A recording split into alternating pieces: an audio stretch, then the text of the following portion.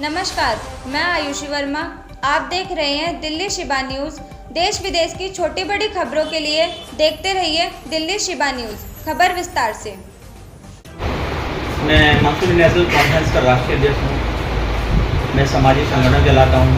उसके बाद एक जिम्मेदारी देश ने बहुत बड़ी दी कि मैं ओबीसी समाज का राष्ट्रीय अध्यक्ष हूँ, IBC इंडियन बैकवर्ड कॉन्फ्रेंस का, जिसके अंदर 35 से 36 बिरादरियाँ आती हैं। उनके राष्ट्रीय अध्यक्ष हमारे साथ मिलकर काम कर रहे हैं।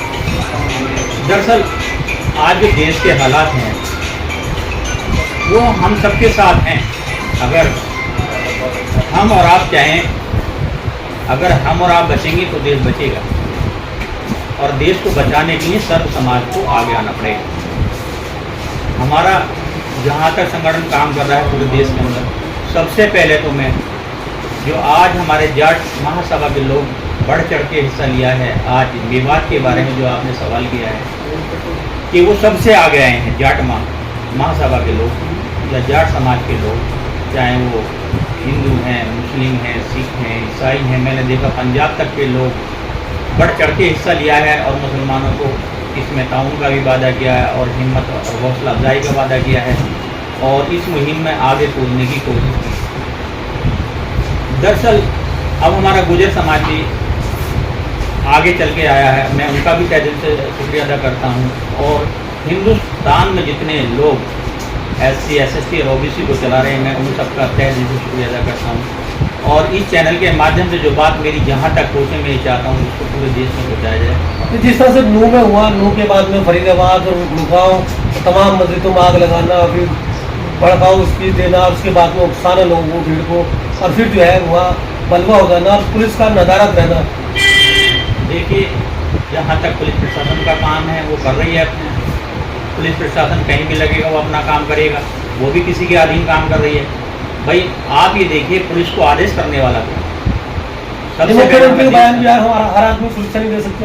जी, हर आदमी को सुरक्षा नहीं दे सकते, देश को तो सुरक्षा दे सकते हैं। ये जो हमारा प्रोपेगेंडा हो रहा है ये पूरे देश के अंदर चल रहा है, चाहे वो मेवात हो, चाहे हरियाणा हो, या फरीदाबाद हो, या अदर स्टेट हो, या मणिपुर हो, है तो हमारा देश। भाई हमने एक बात कही मंत्री साहब, अगर हम और आप इस देश को बचाना चाहते हैं, हम सबको एक साथ खड़ा होना पड़ेगा, पूरे देश को। हम इस देश, ये देश हमारा है, ये किसी के बाप का देश नहीं है। जो इस देश में रहे उनका देश है, किसी एक संगठन का देश नहीं है। ये सर्व समाज का देश है, लोकतंत्र का देश है, संविधान का देश है। अगर हम सब एक पाए पे खड़े होंगे तो अल्लाह का शुक्र है, हम 85% हैं SC, SST और OBC। अगर ये निकल के आए माइनॉरिटी में आगे, तो पता लगेगा हम क्या चाहिए।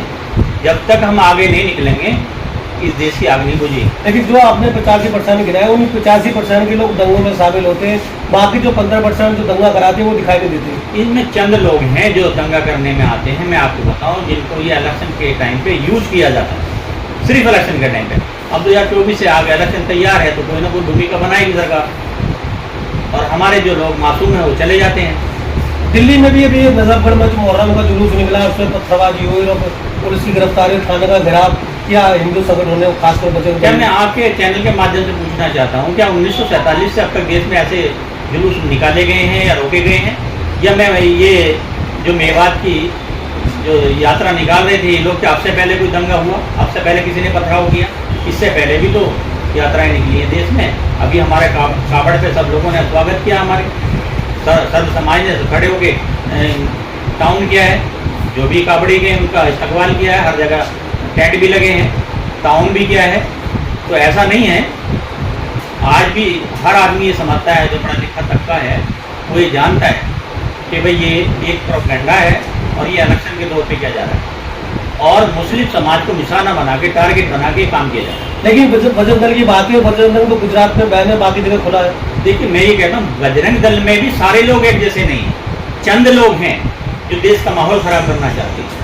हिंदू बाहिनी में भी सब लोग एक जैसे नहीं हैं। मैं ये समझता हूँ कि इंसान सबके अंदर है, लेकिन उनको उकसाया जाता है, भड़काया जाता है कि ये काम करोगे आप तो आगे बढ़ोगे, क्योंकि सरकार में जगह मिलती है। आप ये काम करके देख लो, आप अपने चैनल को बढ़ा के देख लो, आपको जगह मिल जाएगी। हाजी जी, जब तक जो दिल्ली में, दिल्ली पुलिस है और कई सारी पुलिस रहती है, उसके बाद में नजफगढ़ जैसी जगह में वो थाने का घेराव होना, वहाँ हेट स्पीच होना, उसके बाद में पुलिस का जो रुख है वो नर्म होना क्या संकेत देता है? देखिए, मेरा कहने का सिर्फ मकसद ये यही है कि पुलिस प्रशासन भी हमारा किसी के मातहत है, उसको भी कहीं से ऑर्डर आदेश दिए जाते हैं। ऐसे अरेस्टिंग नहीं होगी, ऐसे इन्वेस्टिगेशन नहीं होगी जब तक आप आदेश नहीं करेंगे। कानून से बढ़ के कोई हाथ नहीं होता। आप कितने ही कत्ल कर लें, कितने मर्डर कर लें, कितने गुनाह कर लें, कानून से नहीं बच सकते। लेकिन जो 2 अगस्त अभी 2 दिन पहले गुजरी है, तो बजरंग दल ने 23-24 25 जगह धरना प्रदर्शन की बात होती है, दिल्ली पुलिस ने बड़ी मशक्कत के साथ रखे, क्या उसका काबिल तारीफ काम नहीं था उसमें? देखिए, मैं ये कहना चाहता हूँ क्या उन्होंने जितनी जगह ये धरने प्रदर्शन 22 जगह के स्टेटमेंट दिए उन्होंने, मैंने लिस्ट देखी है उनकी, तो पहले तो उनको दिल्ली पुलिस से परमिशन लेनी चाहिए। भाई कानून सबके लिए है, हर संगठन के। मैं भी संगठन चलाता हूँ, मेरे लिए भी कानून है, मुझे परमिशन लेनी पड़ेगी, मैं कहीं अपना प्रोग्राम रखता हूँ। तो क्या हिंदू बाहिनी वालों ने या बजरंग दल वालों ने क्या परमिशन ली दिल्ली पुलिस की? क्यों पुलिस लगाई गई वहाँ पर? पुलिस फोर्स क्यों लगाई गई? किसके लिए लगाई गई? ये तो आप सिक्योरिटी दे रहे हैं और इनको बढ़ावा दिया जा रहा है। लेकिन प्रदर्शन तो नहीं हो रही थी बहुत सारी जगह। नहीं, मेरा कहने का मतलब है उनको अधिकार है देश में प्रदर्शन करने का। मैं ये नहीं कह रहा, चाहे वो बजरंग दल हो, चाहे हिंदू बाहिनी हो या ओबीसी हो, किसी भी समाज को प्रदर्शन करने का पूरा अधिकार है। लेकिन पुलिस कस्टडी में पहले इन्फॉर्मेशन देंगे, आप कानून के अधीन काम करेंगे तो आगे बढ़ेंगे, देश आगे बढ़ेगा। अगर कानून का उल्लंघन करेंगे तो देश आगे नहीं बढ़ेगा, देश बैकवर्ड पर जाएगा। तो क्या किया जाए कि देश का जो हालात बदल जाए और इस तरह की घटना ना हो?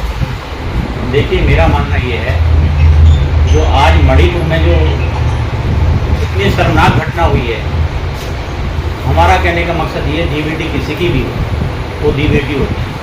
सर्व समाज सबसे पहले दूसरे की बेटी को अपनी बेटी मान ले, तो ऐसी घिनौनी हरकत कोई नहीं करेगा, पूरे देश के अंदर नहीं करेगा। और मेरा मानना ये है, अगर हम ये माने कि मेरा अपना खून है, तो कोई भी आदमी किसी खून के ऊपर हमला नहीं करेगा। हम लोग सब का रंग एक ही है, खून लाल होता है, जब जमीन पर गिरता है तो वो खून कहलाता है, जब बॉडी में होता है तो इंसान की ताकत और रूह बनता है।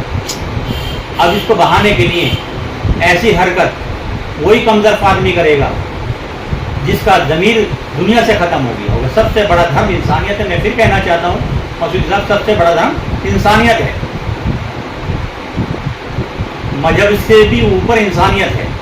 कोई मजहब किसी मजहब को ये नहीं कहता कि ये तुम गलत काम करो, किसी मजहब में नहीं लिखा, किसी कुरान और गीता में नहीं लिखा, रामायण में नहीं लिखा कि आप किसी का कत्ल करें, या आप किसी को नाजायज सताएं, या आप किसी का रास्ता रोकें, या आप किसी का पथराव करें। किसी का मजहब गलत काम करने के आदेश नहीं करता, कोई मजहब भी। कोई संगठन अपने संगठन को चलाने के लिए सब कुछ लगा देता है संगठन को। ऐसे ही सरकार आज हमारी काम कर रही है पूरे देश को चलाने के लिए। ये तो आप देख रहे हैं देश किस हालात में है। इस हालात से लड़ने के लिए हम सबको एक होना पड़ेगा, एक प्लेटफॉर्म पर आना पड़ेगा। ये बात मेरी जहाँ तक भी पहुँचे, मैं उन लोगों से कहूँगा इस बात को आगे तक पहुँचाएँ। हम सब एक हैं, ये देश हमारा है, हमें इस देश को बचाना है। अगर देश बचेगा तो हम बचेंगे, और हम बचेंगे तो संविधान बचेगा। संविधान बचाने की सभी बात कर रहे हैं। देखिए, बचाने की बात सब कर रहे हैं, इसके लिए कुर्बानी दी गई है संविधान को। जिसने लिखा है उनसे पूछो संविधान के लिए कितनी कुर्बानी देनी पड़ी। और आज मैं एक बात आपके चैनल के माध्यम से और बताता हूँ, संविधान की सब बात करते हैं, लेकिन बाबा भीमराव अंबेडकर ने जो संविधान को लिखा, लिखने के बाद किसके हाथ में दिया? मौलाना अबू कलाम आज़ाद के हाथ में दिया कि इसकी हिफाजत सिर्फ ये कर सकते हैं। संविधान ऐसे नहीं बचा, संविधान के लिए बड़ी कुर्बानियाँ देनी पड़ी हैं, कुर्बानी देनी पड़ेंगी आगे भी, तब संविधान बचेगा। तो लोगों से क्या अपील करेंगे इस मौके पर? देखिए, मैं तो लोगों से कहूँगा कि हम सब मिलके एक ऐसी मुहिम चलाएं कि देश में जो नफरत वाला माहौल है ख़त्म हो जाए, भाईचारे वाला माहौल कायम हो जाए। हम सब एक थे, एक हैं और एक रहेंगे।